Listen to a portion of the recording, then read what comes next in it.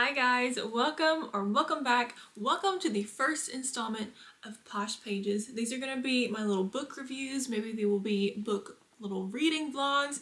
We are going to have lots of book content on this channel, which I'm very excited about. And today I have just a little one-off book review for you because I finished the Wings of Starlight book this morning and I wanted to tell you all about it because it was so cute. So I found out about this book because someone ordered it. They special ordered it at the bookstore. Side notes for context, my family owns a bookstore and someone had special ordered this book from us, and mom and I looked at it and we were like, what? This is a Disney Tinkerbell book and it's a new release, and so we decided to carry some, and obviously I had to grab it because this is actually the story of Queen Clarion and Milori, who is the Lord of Winter in the Tinkerbell movies, which I love the Tinkerbell movies. My sister and I have watched all of them together. I will rewatch them when I need a little like fun pick-me-up movie. They are so cute. There are probably 3 or 4 of them, and in one specific movie, Tinkerbell goes over to winter. The movies follow Tinkerbell and her friends in Pixie Hollow. Pixie Hollow is separated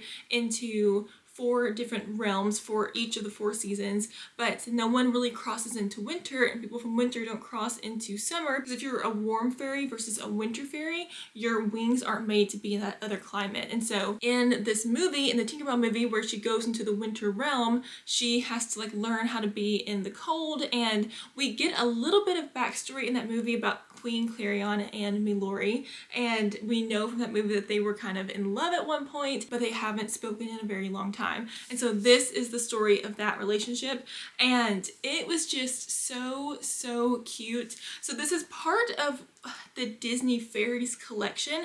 I thought that meant maybe there were other novels like this on other Disney Fairies, but from what I could find online, I think Disney Fairies is its own enterprise basically. So that's what encompasses all the Tinkerbell movies. They have smaller like children's books based on the fairies and like little adventures that they go on, but from what I could tell, this is the only novel that has been written about the fairies, and I hope that they make more because this was so cute.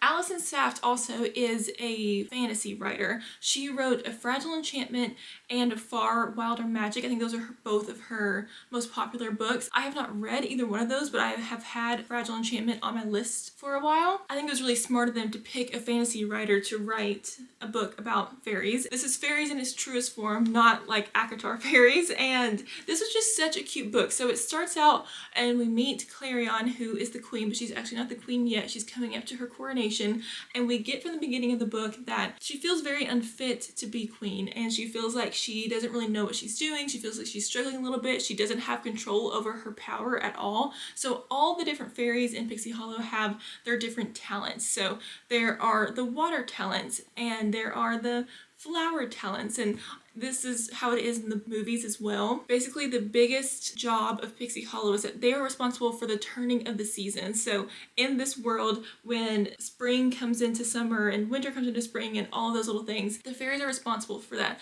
So they're responsible for the leaves changing or for buds opening and for the sunrise being beautiful colors. And it's just a really fun world to be in, and we see that from the very beginning, Queen Clarion has governing talent ability, and so she kind of has the most powerful magic, or she's supposed to. She just doesn't have any control over it, and she's coming up to her coronation feeling very unready, very unsure of herself, and then disaster strikes and a monster escapes from the winter realm into the warm realms, and we find out that they are actually nightmares, which is just so cute that the villain in this book are nightmares.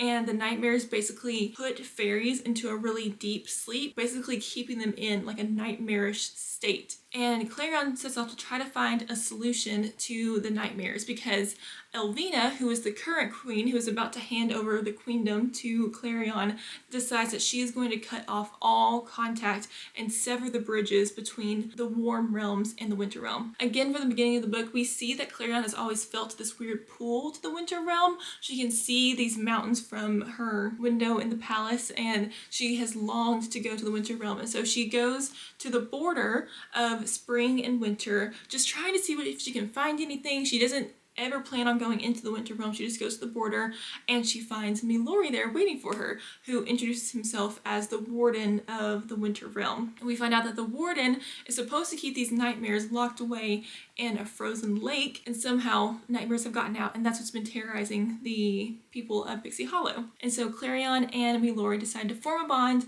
to vanquish the nightmares and save all the people of Pixie Hollow. And that's what we kind of get from the very first of the book. This is all the information you get on the inside slip. And so I'm going to go into a little bit of spoilers now. If you just want to know about this book, just know that I do recommend this book so much. It wasn't a 5-star just because it was very, like, you could tell this was a young adult bordering on middle grade book, and so there wasn't a lot of like real deep emotion in this book. And that's what I always say about 5 stars for me. It's normally a book that has either a very meaningful plot or a very good romance. While I thoroughly enjoyed this book, it was not going to be a 5-star for me because it wasn't ever, I mean, like, they were fighting off nightmares, you know, there wasn't any high stakes in this book, but it was just such a fun, cute read. And if you are a fan of the Tinkerbell movies and you have grown up watching them, you need to read this book because it was just such a nice little like backstory into what you see in those movies. So if you don't know anything else, click away, but I'm going to go into a little bit of spoilers now. So immediately we see that Clarion and Milori are forming a very special bond and that they're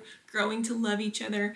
And the biggest issue I have with this book is that it was actually never resolved in this book. So it makes sense because it's really just trying to tell you the backstory of what happens in this Tinkerbell movie. And how that Tinkerbell movie starts out is that the fairies from the warm realms are forbidden to cross into winter and vice versa. And Tinkerbell kind of goes on this adventure to cross into the winter realm and finds out that she has a sister over there. And the biggest reason is because a fairy's wings will either freeze and break in the winter realm or basically like melt in the summer realm. And I guess just the romantic in me wanted a little bit of a better ending to this book because we know from that movie that Milori and Clarion aren't together and that they don't really talk, and by the end of that movie everything is resolved. But I just wanted a little bit of resolution in this book that we didn't really get because they basically end the book with like, we are going to work together as a full kingdom and I'm going to work with the Lord of Winter, which is what Milori becomes, and we're going to unite all the realms. However, you're still forbidden to pass between the realms if you're not from that certain season. That's how the book ends, and I just really wanted a little tiny bit more resolution because it is kind of a sad ending because Clarion basically is like, I can't have you in my life, Milori, because I care too much about you and I think it will affect my ability to rule. And that was a very overarching concept in this book, was that Clarion was taught that to be a good ruler she has to basically bottle away her emotions and that she needs to be a queen that is a little bit detached from her subjects, obviously still cares about them, but she's not out and about with them. Like, people, when she goes out, people are very respectful towards her, but they're very distant and a little bit cold towards her, and so it just makes her into being a very lonely person. And that's not really resolved by the end of the book. And what made me not think that that was a very good ending is because she finally realizes that to gain access to her power, she does not need to bottle her emotions. It's when she feels her emotions at the fullest extent is when she can fully harness her magic. And so it just felt like we went back a little bit at the end of the book because it's like she has this big realization that she doesn't have to bottle away her feelings and that she doesn't have to, you know, like tamper down her emotions. If she can feel them fully, that's when she can get her magic, and that's what ultimately ends to her being able to defeat the nightmares. And so at the end of the book, where she like basically shuts down again and she's like, Milori, I can't have you in my life because I care too much about you, I was just like, what? But you love him. Like, how can you not be with him if you love him? And like, why does loving him have to make you a bad queen? Her whole reasoning behind this is that she and Milori think that they are able to basically like put the nightmares back into its frozen lake prison that they're in. Well, it turns out that they didn't fully do it. And so at her coronation ball, I believe, nightmares escape again and start like hurting people, and so she goes back into the winter realm to help like save all of her winter fairies from the nightmares. She stays in the winter realm too long and depletes too much of her power, and so Milori has to take her back to the winter realm, and he stays in the winter realm too much and it breaks his wings. And I think she just carries around a lot of guilt for that, and we even see that in the movies too. And so in terms of this connecting with the movies, it connects perfectly, and it makes total sense as to why she acts the way she does in the movies and why the resolution is so wonderful at the end of that movie. But I just think the romantic in me wanted a better ending for her in this book, and I know she gets her happy ending at the end of that movie, but I don't know. I think I'm just a true romantic at heart, and I wanted them to be together, and so that was my only downfall of this book, is that I felt a little disappointed with the end and a little unfulfilled with the ending in this book because I wanted a nicer ending. But if you are a plot purist and you want things to connect directly to the movie, I think you would really enjoy this book. I think you would enjoy this book anyways if you are a Tinkerbell fan and you've watched any of the newer Tinkerbell movies, because it's just so nice to be in this world, and Alison Saft does a beautiful job of explaining everything. Like, the descriptions are just so beautiful and very much invoke the same feel as the movies do, just like with magical descriptions of the spring season and the flowers blooming and the autumn season. And one of the autumn fairies' jobs is solely to create piles of leaves with the perfect crunch for when you jump into them, and just like little trivial things like that are just makes this world so magical. I thought she did an amazing job at describing and like implementing into the book. All that to say, I really enjoyed this book. I had such a fun time reading it, and I am 100% going to have a Tinkerbell movie marathon and watch all the movies, especially the one where Milori comes in. I can't remember which one it is. Let me actually find it for you. Tinkerbell's Secret of the Wings. That's what movie this book connects to. And so I'm gonna have a Tinkerbell movie marathon. These movies are just so cute and fun, and I just love them. And I love that Disney had this book created. Also, let me show you the jacket.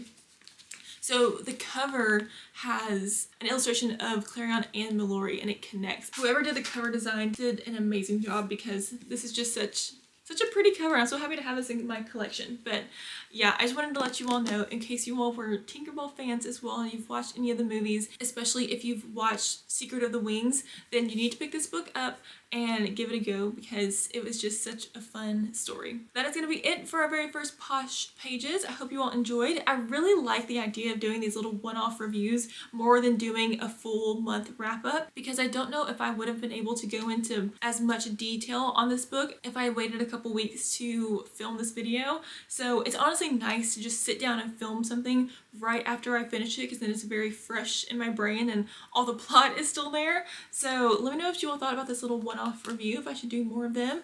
I'm already planning on doing more of them, but it'd be good to know if you all enjoyed this or not. But yeah, if you all have any recommendations for books for me to read that you would like to see me review, please let me know. I have a bunch of books on my radar, and I have a bunch of books that I own that I haven't read, and so I don't need any more books, but I would always love to know your recommendations.